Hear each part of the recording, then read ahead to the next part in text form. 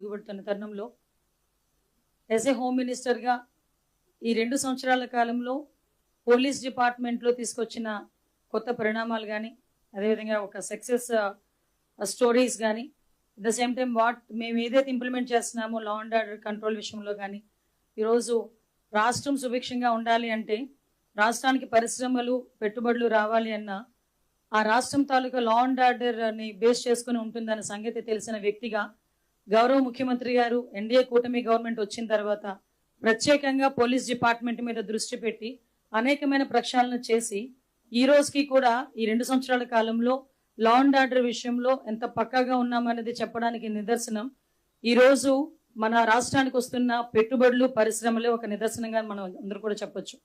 ఎందుకంటే ఒక పెట్టుబడిదారుడికి ఇక్కడికి రావాలి, ఇక్కడ పెట్టుబడి పెట్టాలంటే ఒక నమ్మకం కలగాలి. ఒక పరిశ్రమ ఇక్కడ తీసుకొచ్చుకొని అతను ఆ పరిశ్రమ నడిపించాలంటే ఒక నమ్మకం కలగాలి. అదేవిధంగా మిగతా రాష్ట్రాల నుంచి ఇక్కడికి వచ్చి చదువుకోవాలి అన్నా కూడా ఒక భరోసా ఉండాలి.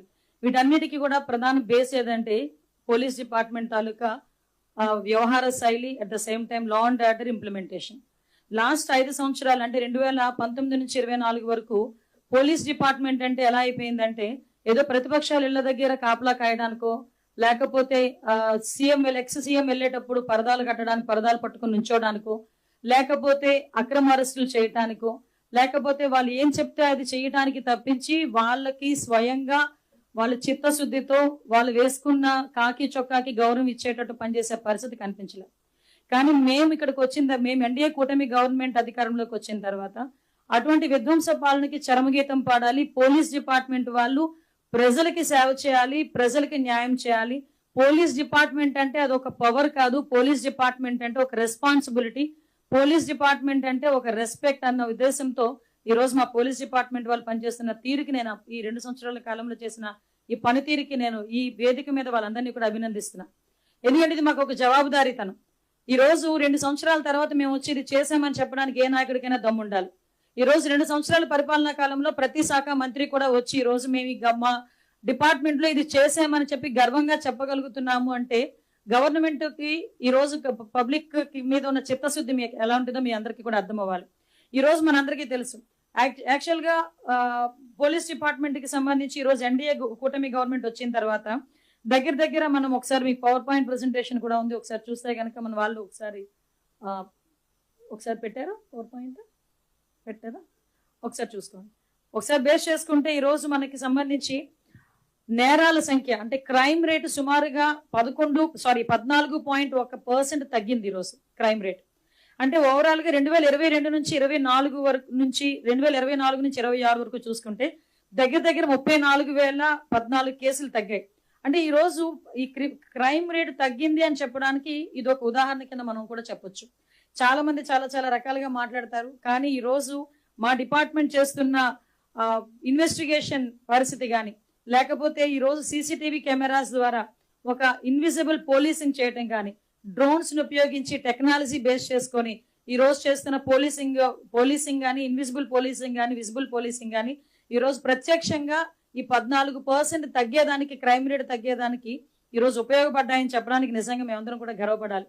ఈ రోజు పరిస్థితి ఎలా ఉందంటే ఇంతకు ముందు టెక్నాలజీని బేస్ సీసీటీవీ కెమెరాస్ ఉండేవంటే 14,000 సీసీటీవీ కెమెరాస్ సుమారుగా 2018లో గౌరవ ముఖ్యమంత్రిగా చంద్రబాబు నాయుడు గారు ఉండేటప్పుడు ఇన్స్టాల్ చేస్తే, మ్యాట్రిక్స్ సంస్థ చెప్పి ఇన్స్టాల్ చేస్తే 2019 నుంచి 24 వరకు వాటికి కనీసం ఛార్జెస్ కూడా ఇవ్వకుండా, అంటే వాటికి మెయింటెనెన్స్ ఛార్జెస్ కూడా ఇవ్వకుండా ఈ 5 సంవత్సరాలు కూడా వాటిని నిరుపయోగంగా వదిలేసి కేవలం బొమ్మలు మాత్రమే ఉండే పరిస్థితుల్లో కనిపించేవి సీసీటీవీ కెమెరాస్. మళ్ళీ అగైన్ 2024లో ఎన్డీఏ కూటమి గవర్నమెంట్ వచ్చిన తర్వాత ప్రత్యేకంగా సీసీటీవీ కెమెరాస్ మీద దృష్టి పెట్టి వాటిని అన్నింటినీ కూడా మేము రినోవేట్ చేయడమే కాకుండా అగైన్ పబ్లిక్ పార్టిసిపేషన్ తో ఇప్పుడు విజయవాడ కమిషనర్ లాంటి కమిషనరేట్ లో ప్రతి నియోజకవర్గంలోని కూడా అన్ని విలేజెస్ లో కూడా సీసీటీవీ కెమెరాస్ పెట్టుకునే పరిస్థితికి ఈరోజు తీసుకొచ్చాం. అంటే ఒక పక్క నుంచి కమ్యూనిటీ సపోర్ట్ చేస్తుంది, ఒక పక్క నుంచి police department support, government support తో 1,00,000 సీసీటీవీ కెమెరాస్ టార్గెట్ గా చేసుకుని అరౌండ్ ఈ రోజు 70% వరకు సీసీటీవీ కెమెరాస్ ఇన్స్టాల్ చేసుకుని వాటికి సంబంధించిన ఫీడ్ కూడా నియర్ బై ఉన్న కమాండ్ కంట్రోల్ రూమ్స్ కి అప్పచెప్పి అక్కడ ఏ ఇన్వెస్టిగేషన్ అయినా చాలా ఈజీగా తొందరగా చేసుకునే దానికి ఇది ఒక మెయిన్ టూల్ అయిందని చెప్పడానికి నిజంగా మేము గర్వపడాలి. ఎందుకంటే ఈ రోజు మీరు అబ్జర్వ్ చేసుకుంటే ఒక క్రైమ్ జరిగిందని చెప్పిన తర్వాత ఆ క్రిమినల్ ని పట్టుకోవడానికి within 24 hours to 48 hours మేము పట్టుకోగలుగుతున్నామంటే because of that CCTV cameras one of the best tool మాకు ఈ రోజు. అటువంటి వాటిల్నే లాస్ట్ గవర్నమెంట్ లో నిర్వీర్యం చేసేసిన పరిస్థితి కూడా ఈ రోజు గుర్తు చేయాలి.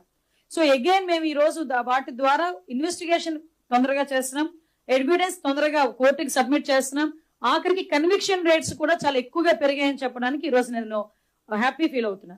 అట్ ద సేమ్ టైం మన అందరికీ తెలుసు మహిళా రక్షణ అన్నది చాలా పెద్ద ప్రయారిటీ. ఈ రోజు ఎక్కడైనా మహిళా రక్షణగా ఉంటే గనక మనం గాంధీ గారి దగ్గర నుంచి మనం మొదలు పెట్టుకుంటాం. అర్ధరాత్రి 12 గంటలకి ఆడది ఒంటరిగా నడిచిన రోజే నిజమైన స్వతంత్రం వచ్చినట్టు అని. ఆ రోజు నుంచి ఈ రోజు వరకు కూడా మహిళా భద్రత మీద సపరేట్ గా అంటే ఒక ప్రత్యేకమైన దృష్టి ప్రతి గవర్నమెంట్ ఏ రాష్ట్రంలో ఉన్నా ప్రతి గవర్నమెంట్ పెట్టాల్సిన అవసరం ఉంది. దురదృష్టశాస్తు లాస్ట్ గవర్నమెంట్ లో దిశ అని చెప్పి ఒక అంటే ఒక అమలు చెయ్యలేని ఒక చట్టాన్ని తీసుకొచ్చి చట్టం అని చెప్పి భ్రమించిన అంటే ప్రతి ఒక్కరిని కూడా ఒక భ్రమలో పెట్టిన పరిస్థితి కూడా గుర్తు చేయాలి. కానీ ఈ రోజు మేము ఒక చిత్తశుద్ధి గల గవర్నమెంట్ గా మహిళకి సంబంధించి ఒక భద్రత విషయంలో ఒక స్పెషల్ గా ఒక ఐజీ స్థాయి వ్యక్తిని మన రాజకుమారి గారిని ప్రత్యేకంగా ఐజీ స్థాయి వ్యక్తిని నియమించి ఆవిడకి సపోర్టివ్ గా ఒక 2 ఎస్పీలని అదేవిధంగా కిందన ఒక టీం ని ఏర్పాటు చేసుకుని శక్తి ఈ రోజు మహిళా విభాగానికి సంబంధించి ఉమెన్ అండ్ చైల్డ్ ప్రొటెక్షన్ కింద ఒక ప్రత్యేకంగా విభాగాన్ని ఏర్పాటు చేసి వాళ్ళందరికీ కూడా సెపరేట్ గా ఒక వింగ్ ని ఏర్పాటు చేయడం జరిగింది.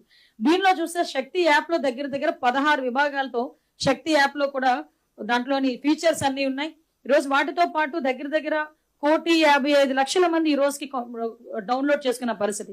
అంటే ఈ శక్తి యాప్ కే సంబంధించే కాకుండా శక్తి వాట్సాప్ నెంబర్ కూడా ఈ రోజు క్రియేట్ చేశాం.